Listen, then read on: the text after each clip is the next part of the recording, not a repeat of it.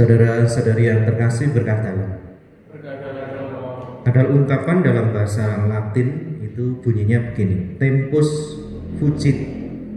Artinya waktu itu adalah terbang.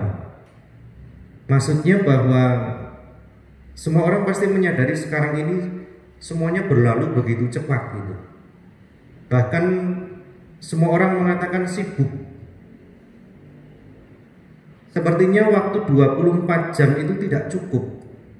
Maka sekarang itu di mana-mana pasti di beberapa tempat itu kan dipasang lampu yang besar-besar.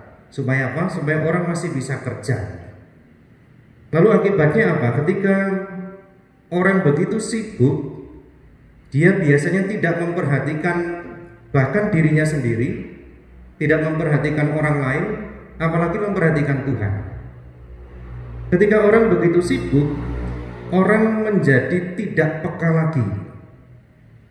Padahal hari ini dengan jelas Yesus mengatakan supaya kita peka terhadap tanda-tanda zaman. Apakah sibuk? Tidak boleh, boleh saja. Tapi sibuk yang seperti apa? Kalau sibuk hanya sekedar sibuk, semut itu pun sibuk. Mungkin kadang-kadang kita ketika diminta tolong sesuatu kita mengatakan nggak bisa, saya sibuk. Tapi kemudian kita boleh bertanya sekali lagi, sibuknya apa?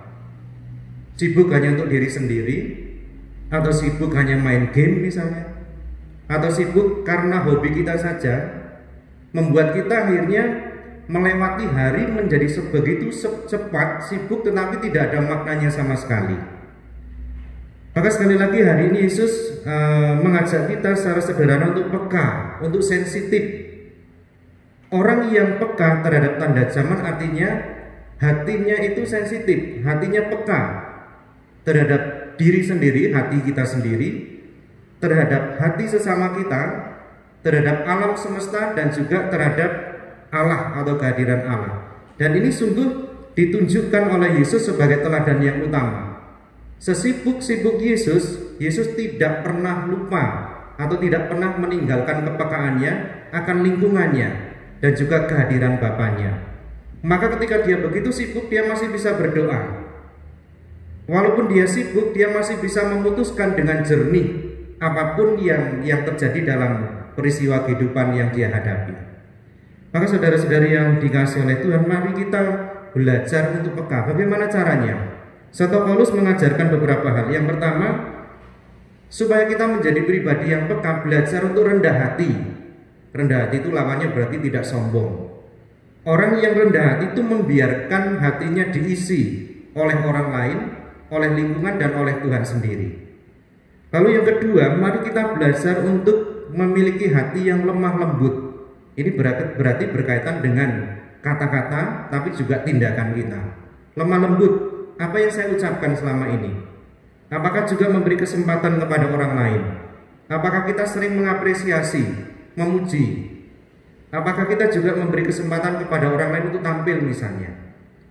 Lalu yang ketiga, supaya kita menjadi pribadi yang sensitif, yang peka, mari kita belajar sabar. Sabar terhadap siapa? Sabar terhadap diri sendiri, sabar terhadap orang lain, dan sabar terhadap waktunya Tuhan. Sabar terhadap diri sendiri berarti saya itu mengakui adanya harapan, memberi kesempatan bahwa saya itu masih bisa berubah juga. Sabar terhadap orang lain berarti saya mengembangkan kasih, bukan hanya diri saya sendiri tetapi ada waktu untuk orang lain, untuk mengasihi, untuk memberkati dan melakukan banyak hal yang berguna bagi orang lain. Sabar terhadap waktu Tuhan berarti kita belajar untuk memiliki iman, untuk percaya bahwa Allah menyelenggarakan segala sesuatu yang baik kepada kita.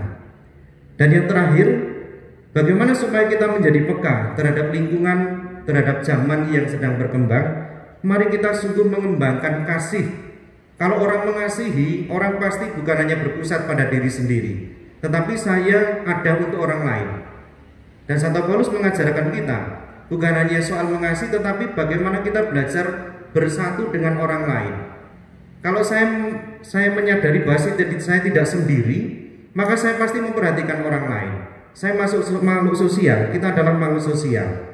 Kita memperhatikan orang lain yang dianugerahkan Tuhan kepada kita. Bisa jadi orang-orang yang dekat dengan kita, tetapi juga mereka yang dipercayakan kepada kita untuk kita layani. Kemuliaan kepada Bapa dan Putra dan Roh Kudus, seperti pada permulaan, sekarang, selalu, dan sepanjang segala abad. Amin.